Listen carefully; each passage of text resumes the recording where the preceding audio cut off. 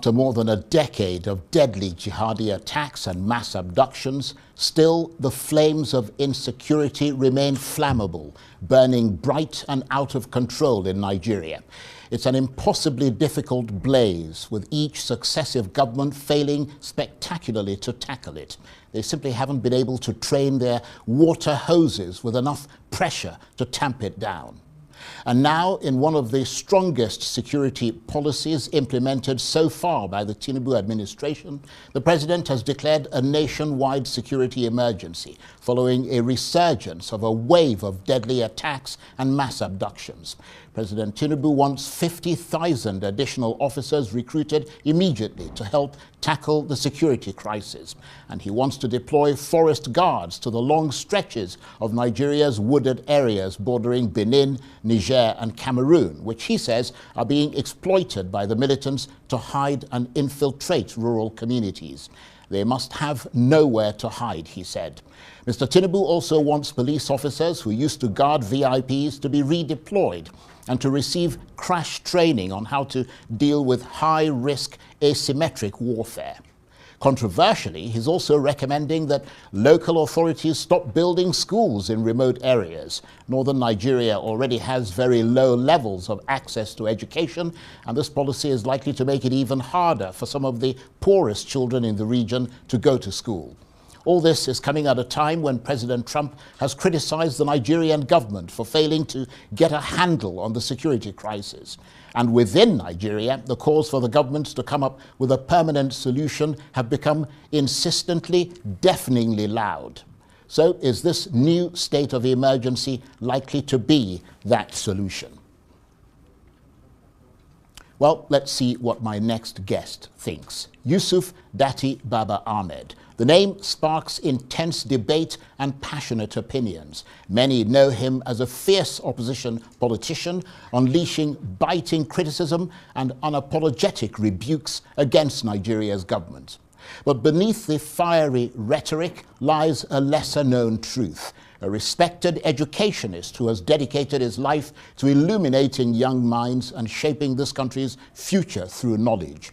From the hallowed halls of Bayes University, which he founded, to the corridors of power, Mr. Baba Ahmed's dual identities blur the lines between politics and pedagogy, begging the question, what drives this unlikely fusion of firebrand politics and educational excellence?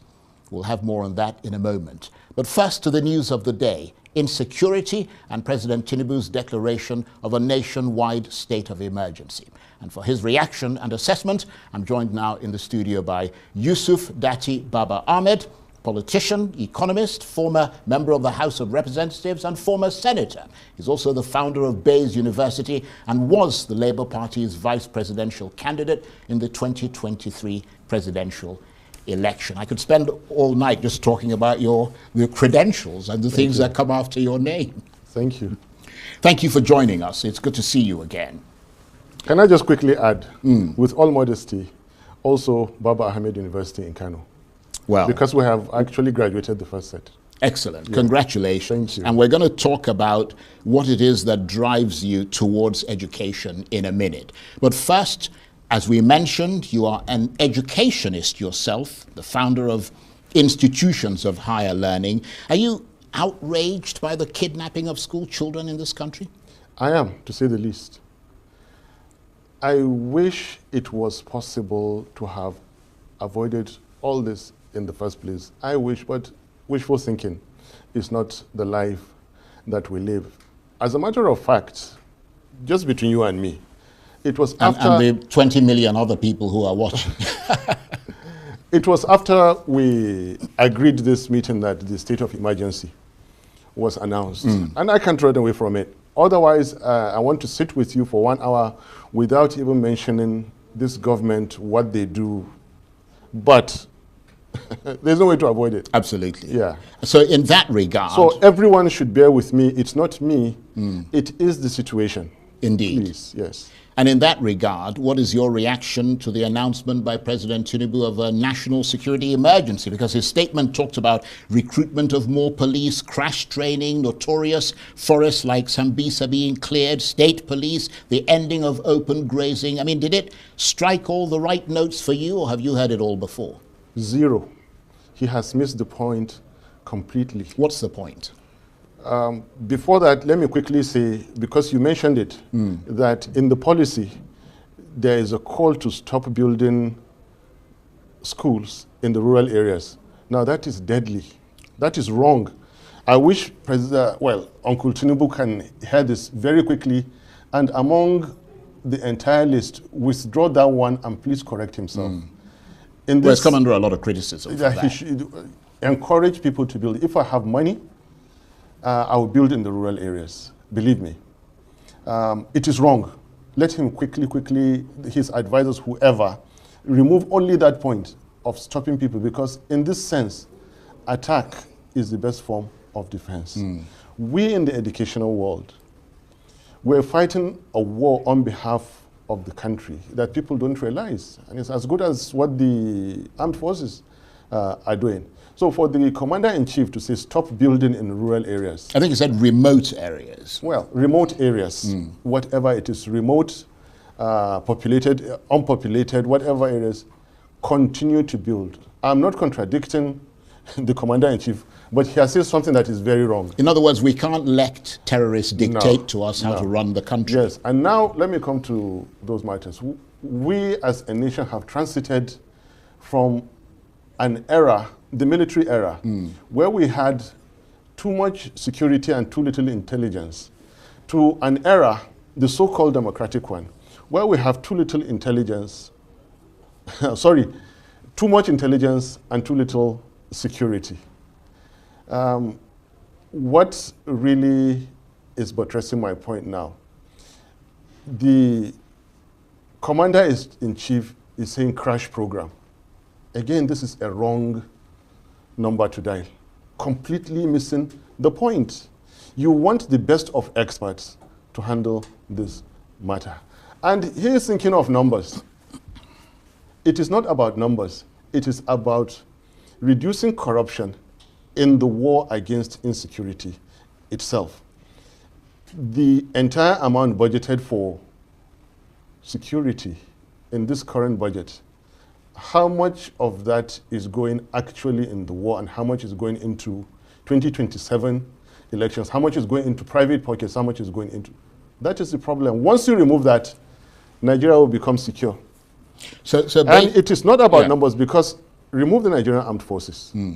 The Nigeria police alone can wipe out insecurity and banditry in 2 months. Nigeria police. Remove that corruption. Remove political interest. Give them all the support they want.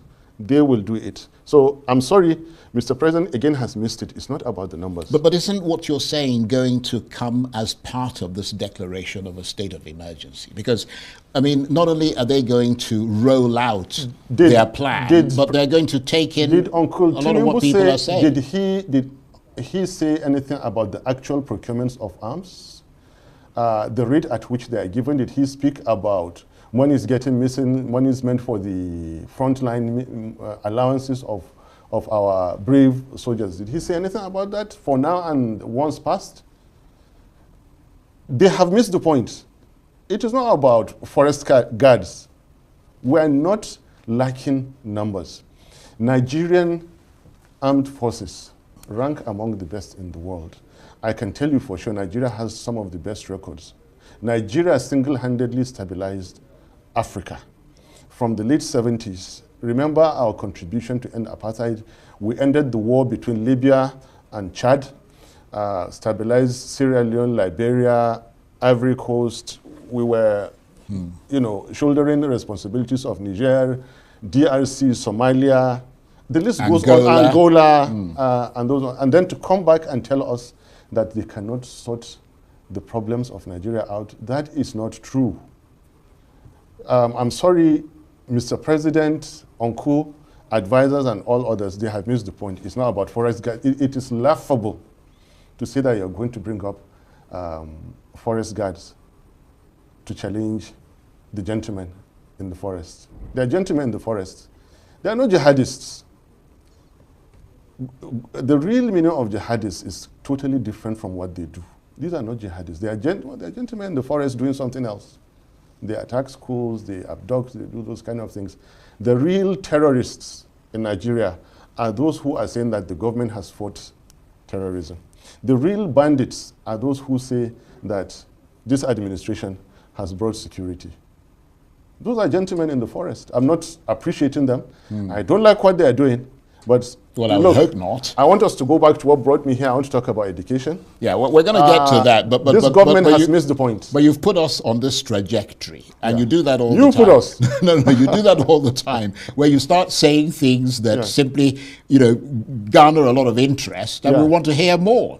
And I am assuming that based on what you've said so far, you do not believe that this declaration of a state of emergency, even though it now has an international dimension, because the Americans are watching very closely, you don't think it has the capacity to stop these abductions? Because I'm in a rush. Have a chance of succeeding? Because I'm in a hurry to drop this topic.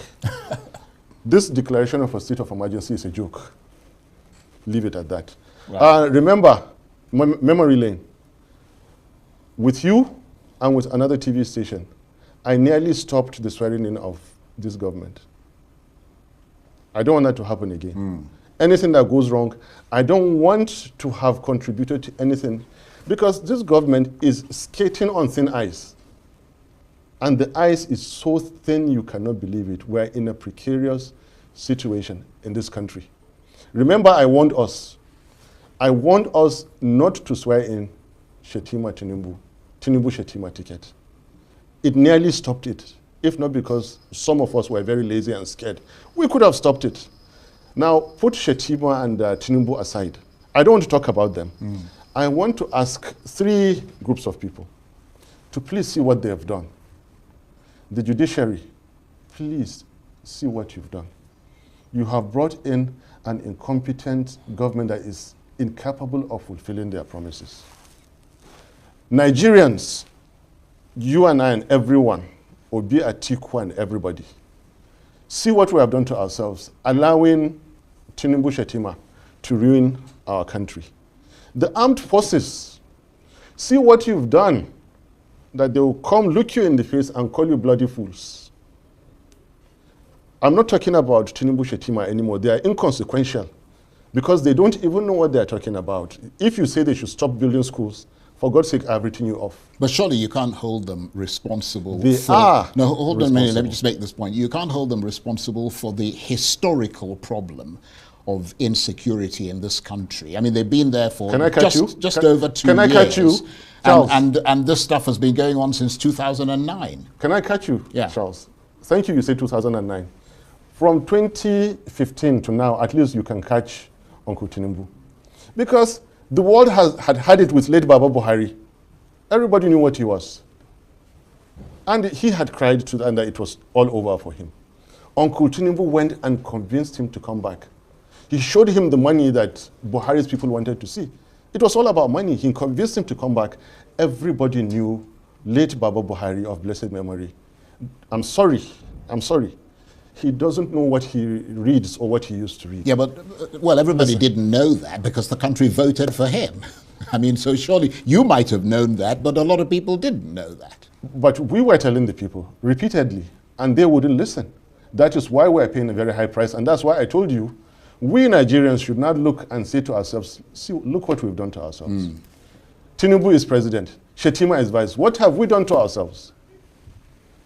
So what do you think needs to be done? Because let's face it, I mean, a lot of people may be able to relate to what you're saying about the capacity of the government and so on. I mean, you mentioned corruption. Yes. That's the central thing that you think ought to be dealt with, and it'll have a domino effect. Yes. Well, I've mentioned it. Charles, I started telling you, I mistakenly or otherwise nearly stopped the swearing in of this government. Up till today, some elements are blaming me. Ever since a few comments I made, ADC has not recovered. So I don't want to say, you see, I love Nigeria. I don't like the government of Tinubu, but I love Nigeria. Nigeria is my country. This Tinubu government is so weak, is at its lowest ebb. So from this sentence, I'm just telling you, let's move to education. Right. So let me just say... they are in a very, very bad situation. Right. Look, less than 48 hours ago, military took over in a sister African country. Guinea-Bissau. Thank you. And President Trump is a very, very serious man. Now, they have, and I know what I say. I don't want to say something that is big, something that is capital, that will harm the junta, which will come and harm the country, because I love Nigeria. Everything that happens to Nigeria happens to me, including a commander-in-chief saying that stop building schools. This is what Boko Haram used to say. I think you have to put that in context. No, there's no context. Stop building schools in remote areas. You are doing Boko Haram's bidding. Yeah, but what about the people who have closed the schools that have already been built? I mean, in other words, you have to take extreme measures to deal with extreme situations. The failing government allowed those schools to be closed. Because the moment you close a school, you are opening prisons. You are opening the gates of hell. The moment you establish a school, you are closing a prison. So I totally disagree with Uncle. Please, they should retract that statement. That Bayo Onanuga, before he let him come back and say, please, we're sorry, go and continue opening schools. Now let's leave this security thing, which I didn't bargain for. Let's come back to classroom. Okay, I will respect your wishes. Thank you. And let us move on to education, because you've said that education is key to Nigeria's development and that it empowers individuals and society as a whole. Is that what inspired you to establish a private university in Nigeria, or were there gaps that you were aiming to fill in the education sector? I'm curious to know what sparked the idea, for instance, to establish Bayes University. Number one, family legacy. The legacy started from when our patriarch settled in Nigeria. And of all the offers he had, Where did he come from? From North Africa. Right. Then it was not province of North Africa. Mauritania was a local government. So you are Mauritanian then? No, I'm a Nigerian. No, I know you are. I mean, you were born and brought up and raised here. But I mean, when he settled in Nigeria, you can trace your lineage to Mauritania. When he settled in Nigeria, in fact, beyond that, because they were travelers from the Arabian Peninsula, they were the real jihadists who were carrying Islam into Africa. But we're not going into history now. Fulani jihadists? No. The Arabs from the Middle East. So are you Arab then? Is that your lineage as Arab? I don't want to go into history, yes. Okay. All right, yes. That's interesting. The Hassaniya people who settled in Africa. Anyway, like I said, his family legacy. When he settled in Nigeria in 1925, the choice of that was close to where there's a printing press in Nigeria. That automatically tells you he is biased in education, and he quickly became close to all the clerics and the clergy, the emirate and the writers, like late Dr. Abubakar Imam and all the books that he wrote. He also wrote a number of books. So the family legacy is not in industrial, it's not in trading or commerce, or some other trade like blacksmiths or anything like that. It's strictly in education. I'm following what the family of the established family legacy, like Dr. Hakim, who went all the way PhD back in Nigeria. Once he leaves public service, he's back in a classroom. Even when he left Shetima's office, he came back to Bayes. That's your brother, your elder brother. Yes. Yeah. And so there's always that inclusion. The second thing is character. My character is that whenever I speak about something or complain about something, I will do something about it. I'm not praising myself. It's not good, it may not be good. But that's the truth. Like I keep telling you, I never was a politician. Maybe still now I'm not a politician. But because of these issues like insecurity now, I speak about it, I criticize it. And so I criticize the falling quality of education. What's there to do? Go into education. Lastly, opportunities. From the little readings that I've done, there is something we call in economics the two-gap planning model. the identity of savings and investment and imports and exports. And I applied that principle. Whatever you see now, the lack of security in Nigeria is identical to the opportunities for security business. The lack of water anywhere, if you borrow that principle and apply it, that's what I did. Right. So and it worked. So legacy, character, and opportunity. I saw an opportunity in this. Now let's move. So there's a business opportunity, Yeah. but there's also an altruistic opportunity. Absolutely. Right. And what are your thoughts on Nigeria's current education policy? And what reforms would you propose to improve student outcomes? Because, I mean, that's why you set up a university so you could control the environment yourself. I am under certain regulators who can attack, who can flog us, who can do anything to us. But at the same time, I'm not afraid to say the truth. When you say policy, I doubt if there is such a thing as policy, because even if there is, they are abusing it. We have read the laws. The same government is breaking the laws. This government is breaking their own laws. How do you establish a university? It's there in Decree 9 of 1993, clearly stated, get your land, develop it your own. Even banks that are less, a bank is less in stature than a university. You cannot start a bank in a rented premises. Federal government of Nigeria, since under Buhari, have been allowing unscrupulous elements to go and rent buildings and open universities. This is against the law. And we know why they're doing it. I know why they're doing it. They want to fight me. They want to water down the quality. They want to, but look, do you have to destroy the system because you want to fight one young man, one gentleman who left you long ago? They are practicing the same old procurement systems in the public institutions. Go back and see how much did I spend in bringing out a world-class institution like ours. How much are government institutions spending in bringing out poor quality institutions? How much do we spend in doing researches in our place? And how much do they spend to regurgitate a research on the impact of banditry in 3 local governments in one state like that, which you know are copy and paste. So there is this corruption. So and I beg to say there is hardly any policy. I see a great deal of confusion. There are our bosses. Tomorrow they could withdraw our license. They could do anything. We just recovered from certain attacks they did to us, our law program, our so many things like that. But look, for the sake of Nigeria, what the hell? Say the truth. Damn the consequences. It's only one institution. It's only one individual. If you want to punish us, go ahead and do, but then see what is coming ahead of you. But let me ask you this, because let me sort of move slightly left field, let me put it that way. We see virtually every few months the government universities going on strike and retarding education for so many students. I mean, we never see that with the private universities and so on. Would you advise them to be more creative in seeking alternative sources of funding? Because that seems to be the issue, rather than just waiting for the government to give them handouts.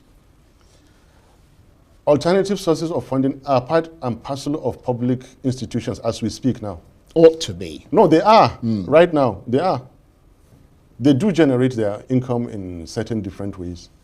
The problem is utilization. That's why it is. We use ours maximally with even a positive exponential. They wreck public funds with impunity. So it's that same problem between private sector and public sector. Thank you. And unless you have leaders truly elected that will treat every public asset like their own, this problem will never stop. Don't deceive yourself. Be it in security, be it in education, healthcare, every aspect of our life. If you don't have the right leaders who remove personal, group, and political interests, things will never be good. Remove these 3 things, I say. Give Nigerian police 2 months to end insurgency and banditry. They will do it. There is no 2027 in the spending of funds. Nigeria police, go and finish. They will do it. Just listening to you, I'm curious to know what leadership values guide your decisions and how you apply them in politics, in education, and in business, because you're an economist as well. Yes. Tough question. I'm sorry, I'm not sure I have, out of modesty, and because you're asking me to speak about myself, I'm not sure if I have the right answer for you. But you must have values that drive you. I do. Well, that's what I mean. What are those values, and how do you apply Do you want them me to put it in this way? politics, in education, in business? Because there is a, look, fear of God, love for my society. Leave these two things. Because I love Nigeria and I want Nigeria to work. Even remove that thing. Let's remove fear of God. Let's not go philosophical. Let's not go religious. The simple thing is I love Nigeria. I want Nigeria to work. That is my guiding principle. And because of that, I think Nigeria should have no leader that was rigged in. I believe Nigeria should have no group of leaders whose entire preoccupation in government is about being re-elected, is about group interests, political interests, and personal interests. Nigerians should for once look for those people out there, insist they come out and seek the position of leadership. Without doing that, people will continue to say it's their time. But you have spoken about this consistently over a period of time. And over that period of time, clearly, from your point of view, from your assessment, nothing has changed. Do you see any signs now that things may be shifting? I mean, and I'm not talking about from inside Nigeria, the fact that people like Donald Trump have turned their focus on this country. Some have argued that that's why we're seeing all this about, declaration of a state of emergency, and because of that concern about the threat coming from America. Do you see that as being something that can move Nigeria forward in the sense of not just in terms of fear of American invasion, but could actually wake people up in this country and the government to do more positive things to take this country forward? Charles, you have brought us back to the security that I didn't want to talk about. Well, it's not just security. Okay. Yeah, you're talking about leadership. It's about everything. It's about the elections you're talking about. It's about propriety in government. I'll quickly come back to education. But let me tell you, it is very, very sad. There are times I'm proud to be a Nigerian. But also there are times I question my pride in being a Nigerian, because we Nigerians, we take every and all things on the cheek and we turn the other cheek to be slapped again. All and everything that one individual wants to do, he will do it and get away with it. Somebody said Nigerians don't like sticking their necks out for anything. Thank you very much. They just want to be alive. Now, American taxpayers' money is valuable, and they know the value if we don't know ours. Yes, Americans can strike. They struck Libya, they struck many places. Nobody from any country will come and do for you what you are lazy to do for yourself. Nigerians, hear this. No Ghanaian or Cameroonian will come to Nigeria and give you good governance. The key to a good life is a good leader. It is your business, how you procure yourself a good leader. It's your business. If you allow people to come and spend their money and make it their turn, their local, good luck to you. That's it. I can't say it any better. Why I don't want to continue talking about security, because this your very intelligent question is bringing me to say that Nigerians, like Peter Obi once says, wake up. Nigerians, wake up. What are you doing? They are killing you and you are waiting for Americans. Wake up. No American will ever bomb you for your development. Look at very, very small countries with skyscrapers. Nigerians are more educated than them because it is Nigerian doctors that are surgeons who are in their hospitals. What do they have? The only asset, the only natural resource they have is they have love for their leaders. Their leaders have love for their followers. So look, no need to print a poster. No need to hold primaries and spend money. No need to bribe any INEC. No need to give the police and anything like that. Rule for life, so long as you provide good leadership to those small countries. They sleep till 4 p.m., wake up, go shopping, have dinner, go back home and sleep because they have a good leader. Other countries kill themselves, smuggle out the gold and diamonds, take it to their country, stay in the hotels and pay 20% because they have good leaders. They do all those. Now, I can't say it any better. Wake up, get for yourself the right leaders. Don't allow any local to rig in 2027 because they will rig and you mean nothing to them. The Constitution means nothing because one individual would say the way he wants it to be interpreted. Nigeria, with the empires, Benin, we are getting to realize now that the artifacts are coming back to Nigeria. It was a highly advanced empire. Kanem Borno, the caliphate with the knowledge they came with, the Nok culture, and all those other, come on. Yeah, to tell me that Nigeria had a very rich history. No, we cannot unite just to give ourselves good leaders. We cannot think and give ourselves good leaders. That is not true.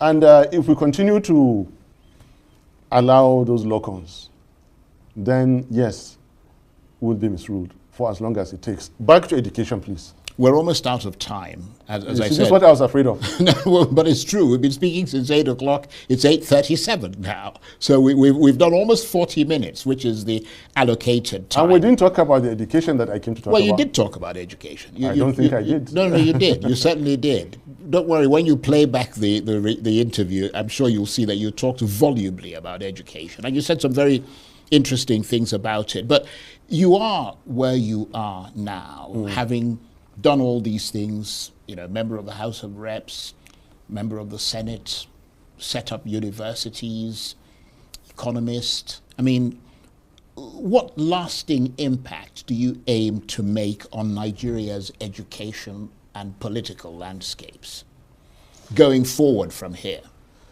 It's not fair to ask me this with 13 minutes left, but I'll try. No, actually 3 minutes, not 13. Oh, come on, you're kidding, you're kidding. No. I'm not kidding. But you can say a lot in 3 minutes. That's what we do as journalists. Politically, I want to see for the first time truly elected leaders are sworn in and many would agree with you. Living wages. I have calculated that my good friends, the police constable and the army private should take home nothing less than 4 times what they are earning today. So living wage and cascade it all the way up. Living wages, without living wages for your citizenry, you have a big problem. I believe I am one of those with that kind of attitude. Right. So, and if you had to prioritize those living wages at a time when there isn't too much money floating around. I mean, never mind the issue of corruption. And so I'm just saying, if you were to take decisive steps now and prioritize it, who would you prioritize? Of course, the security forces. No, not just every worker. No, but I'm saying, given that you've got limited funds, who would you prioritize? Teachers and security forces, or security forces and teachers. Security personnel but it's not good to belittle any profession whatsoever, because in their own ways, they could be as important as the front line. This program you're holding could be as important, the message you're passing out there could be as important as the guns and bullets they are shooting in the front line anyway. Well, thank you. I could certainly use more money here. As for education, the legacy I pray to leave behind is the certificates of graduates from all Nigerian universities without exception to be truly worth their weight in gold. It's not about numbers, it's about the quality. Indeed. Indeed. And what I have done is to lead a quality revolution in Nigeria.